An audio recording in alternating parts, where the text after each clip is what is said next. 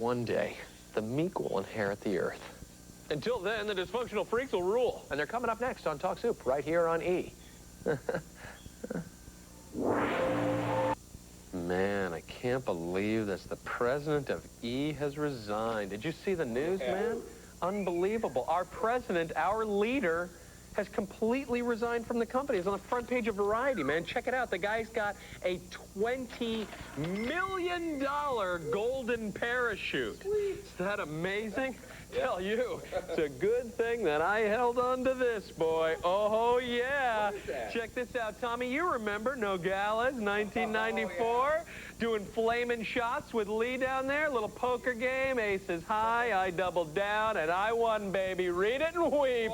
That's right. I owe you $20 million. I've never been that hot in my life. I couldn't lose a hand, Tommy. It was golden. Right there in black and white, baby. Yeah! Wait a second. Is that Jan Henson? Whatever, man. We were drunk. I was wearing a dress. It's a long story, Fred. Wait. Is that Lee Mustard? Look, it's as valid as a cashier's check, all right? I'm totally gonna collect. Good. What? I'm serious. This is good. Maybe if I get it notarized, I could make it work. Shut up.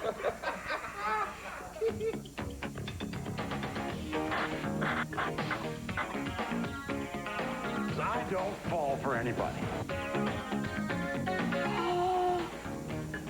He's about to make a mistake. Why don't you just cut off that mustache?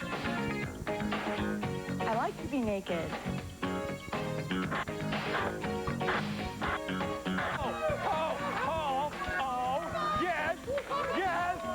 Yes! Welcome to another pasteurized version of the Talk Soup Weekend Edition. I'm John Henson, your host and agent provocateur. Hey, it's been a big week for news. Really? Bill Clinton and Monica Lewinsky continue to make headlines. Amidst the torrent of sexually explicit material released in the Star Report 1 week ago, public opinion is still mixed. According to a Los Angeles Times poll, 21% of Americans say they now have a less favorable opinion of Bill Clinton, while 3% say they now look upon him more favorably. Is that amazing? Upon closer examination of this 3%, we've determined that 50% of those people watch Talk Soup, and the other 50% work at Talk Soup. So it's pretty much our demographic right there. We've found our people. Coming up, Jerry Springer beats up a talk show host. A beautiful nudist exposes nature's rich bounty. Witness a gay marriage proposal, plus interspecies love. You can't get any more natural than this. Yeah, baby! More grab ass with a grizzly later.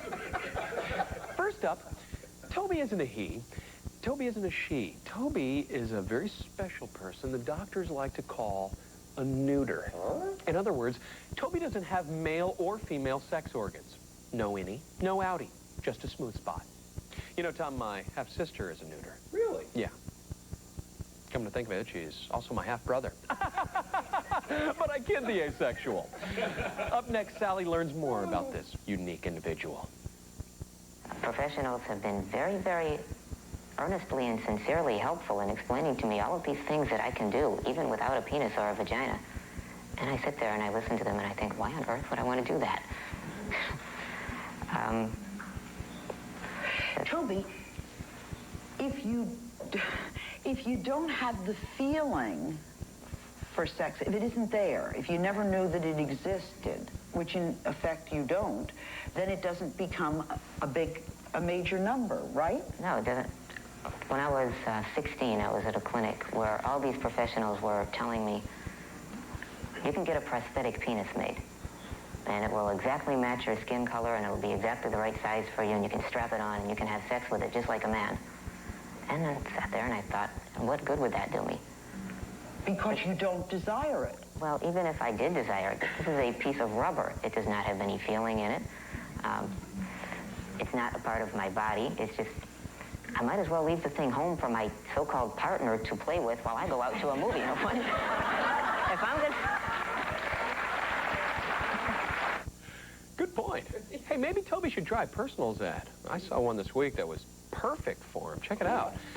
Single white neuter seeking same for long, frustrating walks along the beach. Must enjoy things that can be done with or without a penis or a vagina. No smokers, must love cats. Social drinker, okay. Yeah. Monday, Sally kicks off her 16th season with a real doozy. She'll take a look at office affairs. You know, the boss and the secretary, the mail guy and the VP, the intern and the fella in the food truck. Typical corporate kink. History don't have to be boring. Nope, it sure don't. Lots of weird stuff happened in history. They had kings back in ancient China was doing stuff that make Bill Clinton look like Pat Boone. It's true. The emperor had to make sex 110 times a month so he could throw up some of them little baby emperors. Heck, they come up with the first clock to keep track of every time he done it. Yeah, here's Monty Python's Terry Jones telling that Daily Show guy all about it. Yep, his story. The heir to the throne was judged not according to when he was born, but when he was actually conceived. So the whole thing was, it was terribly important to know who the emperor was in bed with and what he was doing to her at what time. Oh, my God. And you can just imagine all these people being standing, all these court officials standing around the royal bedchamber saying, was that it, Emperor? Was that something? Yes, that was it. It wasn't a blow, was it? No, honest, full penetration. Wow, they were that. But the crowd loves that stuff. That's why they invented the clock, so they knew when it was. Boy, I didn't know they were that wild back then. They must have been. We wouldn't be here otherwise, Right. would we? The birth control method. Well, yes, that was pretty bad, really. 4,000 years ago in ancient Egypt, the ladies used to use crocodile dung. Crocodile dung? I'm sorry to say this on the How would they use that? Well, do you want me to go into details? They used to shove it up, quite honestly, Greg. That is so... And we're not quite sure whether it sort of acted as a contraception or whether it just put all the men off or something. Right. I don't know. It's weird, because my old girlfriend, we used to use camel dung, but crocodile dung. Other ancient forms of contraception include the knot. That's about it. Pretty primitive in those days, Tom. Yeah, not a lot to work with. Monday on The Daily Show, a penetrating and hilarious look into the Clinton sex scandal. Plus, Craig Kilborn will regale all with hilarious anecdotes about the old gang at ESPN. What a bunch of cards. When Misty first realized she wanted to dump her boyfriend, Jason, she knew she had two options. A, she could let him down easy. Or B, she could humiliate him in front of thousands of screaming Springer fans. And if she was feeling particularly cruel, she could always bring along her mean-spirited mother for good measure. I wonder which option she chose. I have a bad temper, I will admit it. What do you do, Jason? Tell him what you do. Why don't I tell what he does? Okay. He chases after me. He calls me a bitch. Running after me, calling me a bitch. You pushed me. You hit things in front of my kid. I care about you, and you only think that I've slept with Ray once, but actually the last 2 months that we've been engaged, I've been sleeping with Ray.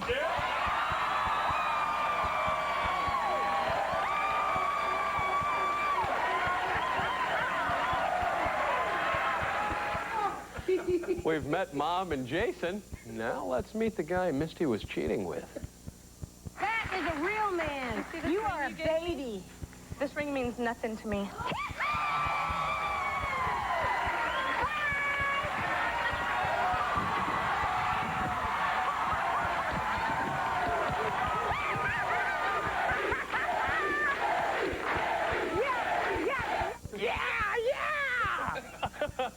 Mom looked a little disappointed Jason left the studio unarmed, didn't she? I think she was hoping for dismemberment. Such a gentle soul. First she condones cheating, then roots for mindless violence. God bless her maternal heart. Monday on Jerry, hear from a woman who's cheating on her husband with the next-door neighbor. Apparently, she went over for a cup of flour, and one thing led to another. Next thing you know, a little... and the... Up next, a zany parrot named King Tut is going to teach us all about centripetal force. As any Bush League physicist knows, centripetal force is an action-reaction associated with circular motion. The centripetal force F acting on a body of mass m is given by the equation F equals mv squared divided by r, but then you probably already knew that. Okay, math majors, let's test the formula with Jay Leno and that wacky parrot. The rest of you idiots can just watch. Now, what can this guy do? Well, we have the swing over here. This is the swing? It swings around. Now, this takes a lot of energy for him to do this. A lot of, strength and endurance. Now, what is he going to do? Well, he's going to swing back and forth, but to do that, we're going to need the audience to yell and scream so he can go all the way around. You need the audience to yell and scream. Yeah, to get excited.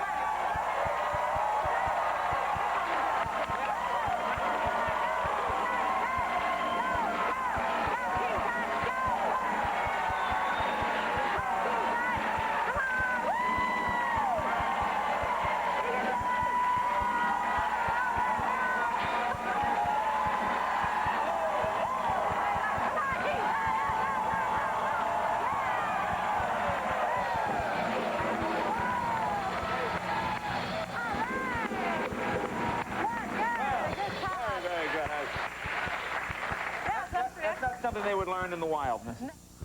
Please, big whoop. I got 10 birds that can do the same trick. Check it out, baby. Get some. Get some. Juicy, tender Kenny Rogers roasters. Gotta know when to pluck them. Gotta know when to roast them. Monday on The Tonight Show, Jay chats it up with home improvement star Tim Allen. Tim's still producing belly laughs across the heartland with his blue-collar brand of humor. I likes that Tim Allen fella. Stick around, soup addicts. We got more highlights to binge and purge. Later in the show, Sally Jesse Raphael will ditch her talk show gig to work as a prostitute. Plus, Montel Williams makes a stunning change to his personal appearance. But first, Chris Rock gives a warm welcome to Jerry Springer. Ladies and gentlemen, please welcome Jerry Springer.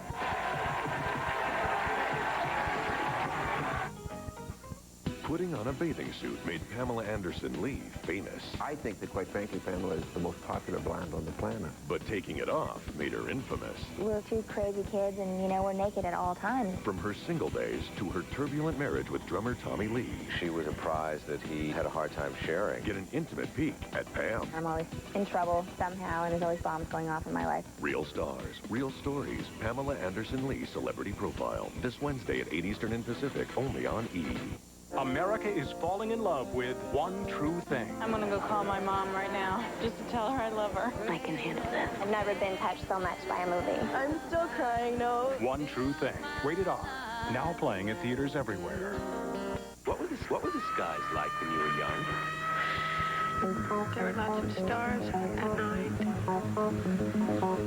And when it would rain, it would all turn. They were beautiful, the most beautiful skies, as a matter of fact. The sunsets were purple and red and yellow and on fire. The clouds would catch the colors everywhere. That's neat, because I used to look at them all the time when I was little. You don't see that.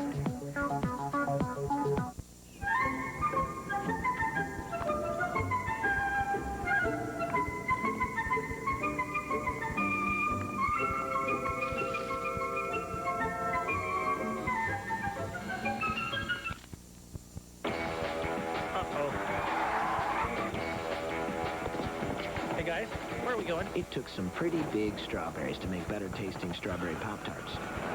But now they're improved with the best strawberry taste ever.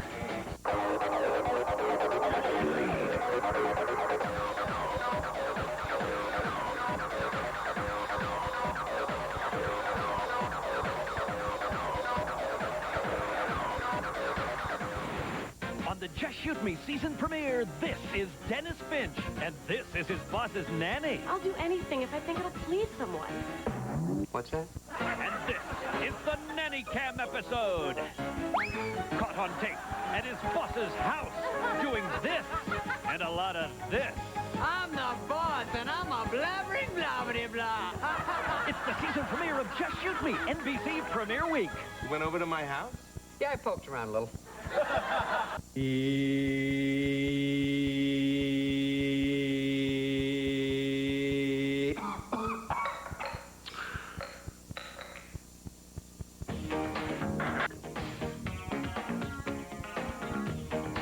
In medieval times, apothecaries placed leeches on the foreheads of troubled serfs. Today, we simply watch Talk Soup. Progress, Tom. Amazing. Yeah. Progress. Despite his image, Jerry Springer is actually a peaceful man. A man who enjoys long walks near babbling brooks. A man who abhors violence in any form. Unless, of course, the cameras are rolling and then anything goes, woohoo! Yeah, good old Jerry. He knows where his bread is buttered. In any event, here's the Titan of Talk Now showing off his sweet side on the Chris Rock Show. Ladies and gentlemen, please welcome Jerry Springer.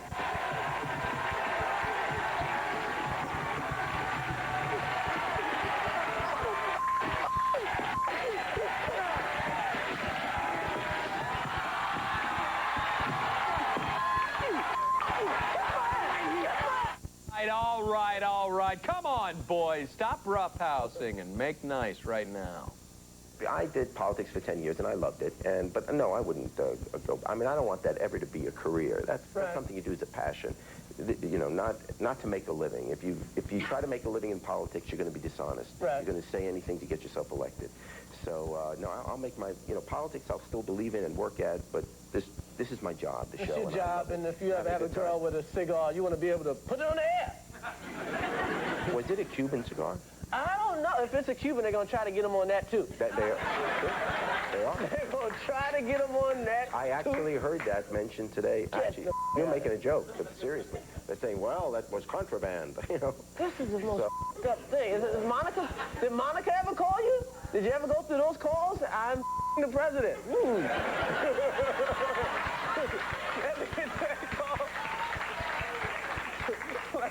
Thursday. Oh, you got Thursday? Attaboy, Jerry. Always thinking ahead. Always booking the pervs. Wednesday, Chris Rock attempts to seduce the irrepressible Rosie Perez. She'll be on to talk about all her new projects, whatever those might be. I'm sure she's doing quality work, Tom. The View gals embody many diverse talents. Joy is a veteran of the comedy circuit. Meredith is a working mom with a broadcasting background. Star brings a fertile legal mind to the table.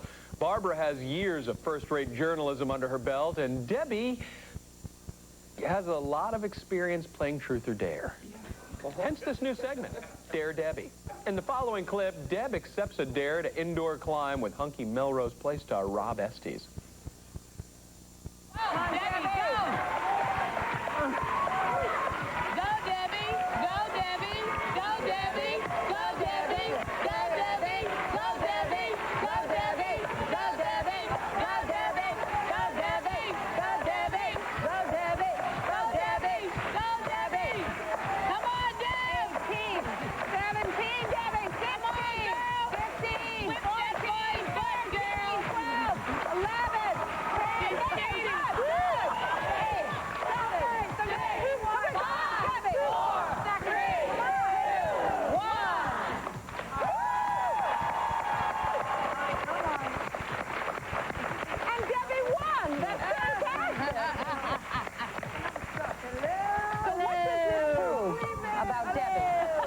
It proves that she will do anything to be with a good-looking man. Debbie, how do you feel right now? I don't think she can hear us. Yeah. She's pooped. All right. All right, Debbie. Okay, do you have a dare for Debbie? Anybody out there? How do I feel? I feel humiliated. I've been ripping. No, you weren't. Dare. Debbie was so shaken by indoor climbing, she's written a book about her harrowing experiences. Take a heart-pounding journey into the mind of the View's most outspoken 20-something. Debbie Matenopoulos takes you into thin air. Have you read that book? Yeah. Oh, when that Sherpa guy died going back to get her scrunchie. That was just great reading. I cried, man. Male viewership will be up for Tuesday's edition of The View. That's because their special guest will be the delectable Cindy Crawford. Oh, God, she has a new special coming out called Sex with Cindy Crawford. Okay, read into that title what you will. Still to come on this cockeyed edition of The Soup, no pun intended, we'll open some viewer mail. Then we'll examine the contents and build a hilarious segment out of it. Plus, Cindy Crawford has her belly button removed. But first, a boy proposes to a woman old enough to be his truant officer, and his mother freaks. I came here today to also do something else, to show that I really do love Patty. He's about to make a mistake. They dream of becoming stars, Yeah, I want to be a big star. but the competition is fierce. He's got to learn how to handle rejection. And Hollywood can be a rough town, especially when you're only 9 years old. It's gonna be okay.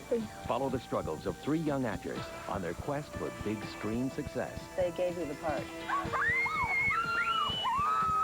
The Making of a Child Star.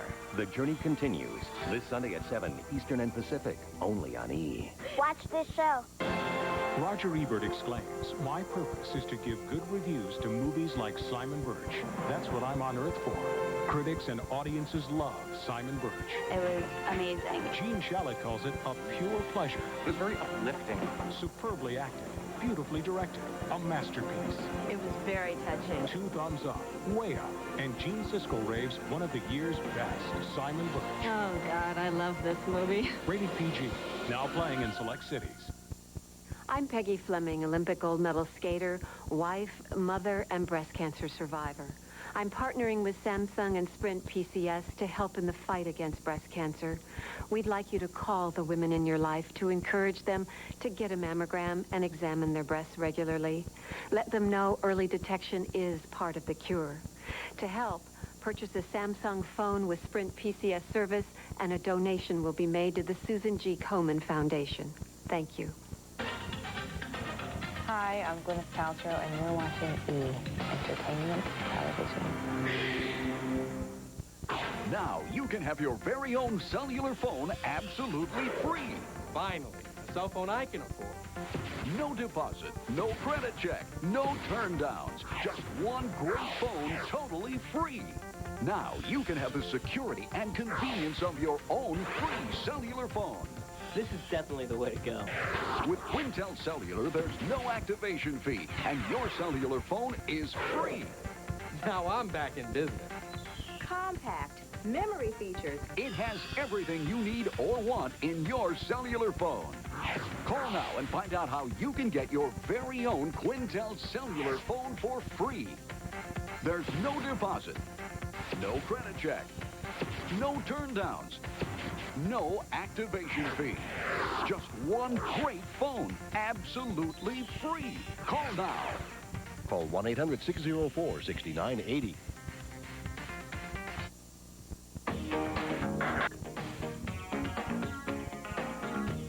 This is Talk Soup, the show for people who don't give a rat's ass. I'm that guy. Patty is 43. Brian is 17. They're in love. Ann and Rich are Brian's parents. They're extremely angry. Brian used to date Patty's daughter. He and Patty are comfortable with their 26-year age difference. Ann and Rich are extremely angry. The clip is brought to you by Sally Jesse Raphael. She has 3 names. By the way, did I mention Ann and Rich are extremely angry? I came here today to also do something else. You know, to show that I do love Patty. And as I soon know as... you do.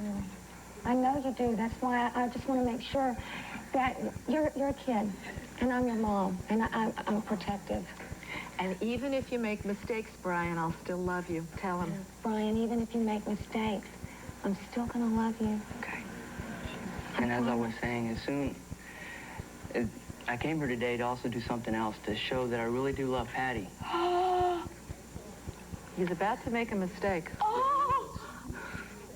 And as soon as I turn 18, I would like Patty to be my wife. He doesn't have a job. He's worked 8 days in his whole life. She probably bought her own ring.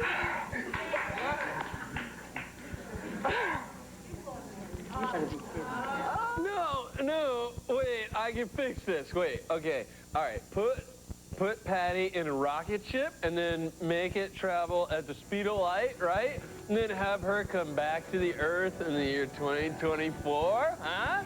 Check it out, bro. According to Einstein's theory of relativity, she won't have aged at all, and young Brian will be 43 years old, get it? They'll be the same age, dude. Problem solved, bro.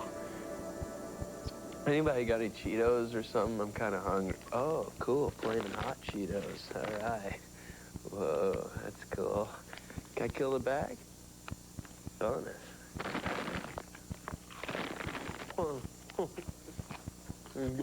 Flaming hot.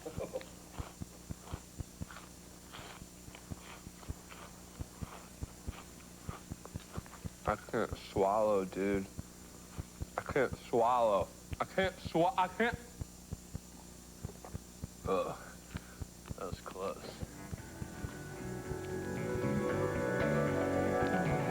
Tuesday on Sally, 3 very pregnant women will give their boyfriends an ultimatum.